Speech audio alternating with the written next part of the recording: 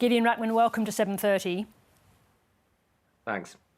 How long can Ukraine survive without US military aid? Well, it's a very open question. I mean, I think we should remember that when Russia invaded in the full-scale invasion in February 2022, most analysts thought Ukraine would lose within a week, and they didn't. And similarly, there is a lot of doom and gloom, and there's no doubt that America supplies very important things, particularly air defense, Patriot missiles, and also intelligence, because a lot of the Ukraine's ability to target Russian attacking forces comes from American intelligence. But that said, I was in Kiev last week, and one of the really things I learned, I think, is that this war has really been transformed over the last 3 years, and it's about drone warfare. Ukraine produces 1 million drones a year domestically. Some of their military analysts say that it really would be impossible for Russia now to launch an assault of the kind they did 3 years ago, simply because massing troops, massing tanks, they become targets of these drones. Russia lost 400,000 troops killed or wounded last year and gained 0.5% of Ukrainian territory. And that's partly because of these drones.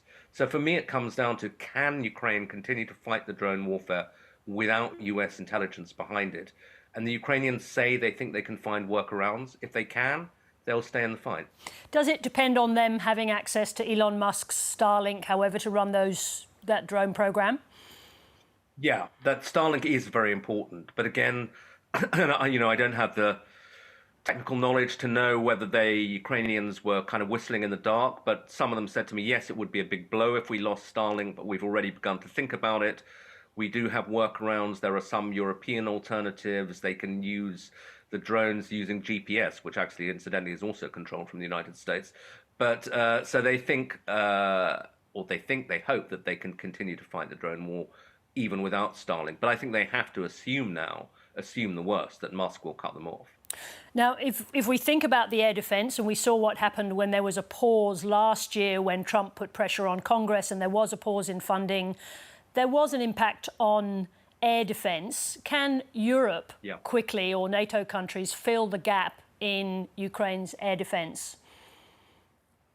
Not quickly. I think that's the problem. Patriot missile batteries are very expensive and already spread quite thin. A lot of them were used protecting Israel against Iran. And if there are no more of those coming, then yes, Ukraine is vulnerable. And particularly, I think you would expect Putin to go after the cities, but particularly to go after energy infrastructure. I think the plan is to kind of plunge Ukraine into the dark, deprive them of electricity.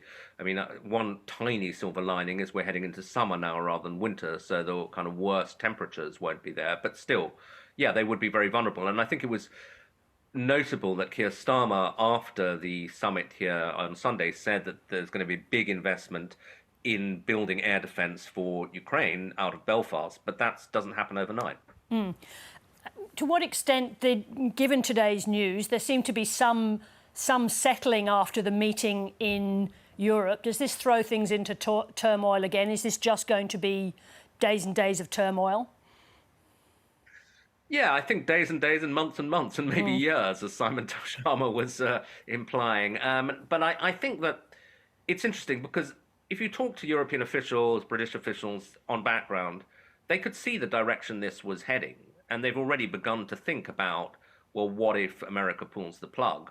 But knowing that might happen and then it actually happening are different things. There is still a shock when it actually happens. And because I think one way that a European put it to me, and I think it's close to the British approach as well, is we know where America's heading, but we need to keep them in the game as long as possible because Europe doesn't have the ability to step up and completely replace America, either sort of manufacturing capability or the money, frankly, to do it overnight. So the hope was to elongate this process, but we may find that we have to do it much more quickly than we thought. When they say they know where this is going, where does it go? Where does it end up, particularly in relation to the US and Russia? Well, when I say we know where it's going, we can see the general direction of travel. I think there's still an element of incredulity that America really is turning its back on the Western alliance, but I think that's where it's going. There's already speculation that, Musk, for example, somebody on Twitter said the US should withdraw from NATO, and Musk said, yeah, we should. He also said we should withdraw from the UN. So those things, which would have been completely unthinkable a couple of months ago, are now very much being thought. And I think even if the US doesn't technically withdraw from NATO, that NATO's kind of credibility is shot because it relies on the idea that when it comes to it, America would fight in Europe. And who would believe that now? I certainly don't believe that a Trump administration would come to the defense of the Baltics, even if they haven't technically ruled it out. So the Europeans have to start adapting to this new world very fast. What does it mean for countries like Australia, just immediately in terms of weaponry and so on for Ukraine? Should Australia be providing more munitions as quickly as they can, Bushmasters, other equipment? Should countries like Australia, countries in the Indo-Pacific, be stepping up? Well, that's a decision for Australia. I mean, I was very struck by the clip you had of Albanese saying that, Australia would get involved in a peacekeeping force. And that's a very bold thing for an Australian Prime Minister to say. Even here in Britain, people are saying, wow, are we really going to put troops right up against the Russians? You're much further away. I think people would be, deeply appreciative if Australia were to do it. And I think it's also bold, not just in terms of the pure military risks, but also because it's sided, the Western alliance is ripped down the middle now. And Albanese, by doing that, is saying, well, we're on the European side of this particular argument in purely kind of terms of who gives Australia most security. Well, it's the US, it's not Europe. And America has, Australia's made this deep commitment to AUKUS, which is a decades-long project. And I remember, last time I was in Australia, some AUKUS critics were saying to me, is it really wise to make a decades-long commitment to the United States, relying on American reliability when we can see what Trump is like and Trump is coming? And, can you really assume they'll be there? And I think that question is, it applies particularly to AUKUS, but more generally to the alliance. So in some ways, Australia is facing the same kinds of questions that the Europeans are facing. We built our security around the idea of an American guarantee. Is it still there? Don't know. I mean, you could argue that at least Australia, benefits from the fact that the Trump administration seems to see China as the real adversary. So if they stick with that, then it may be that they continue to stick with Australia for now. But I wouldn't even guarantee that Trump doesn't want to do a deal with China at some point. Yes, when you say they see China as the real adversary, does Trump, do the people closest to him, we know there are some people in the administration who are still very focused on that as the primary threat.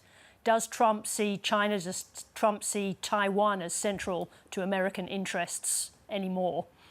Well, that's the thing. I think that one of the things about this administration is because Trump is perceived as having triumphed over his enemies, nobody is prepared to push back against him. So in the end, it comes down to what's in this one man's head.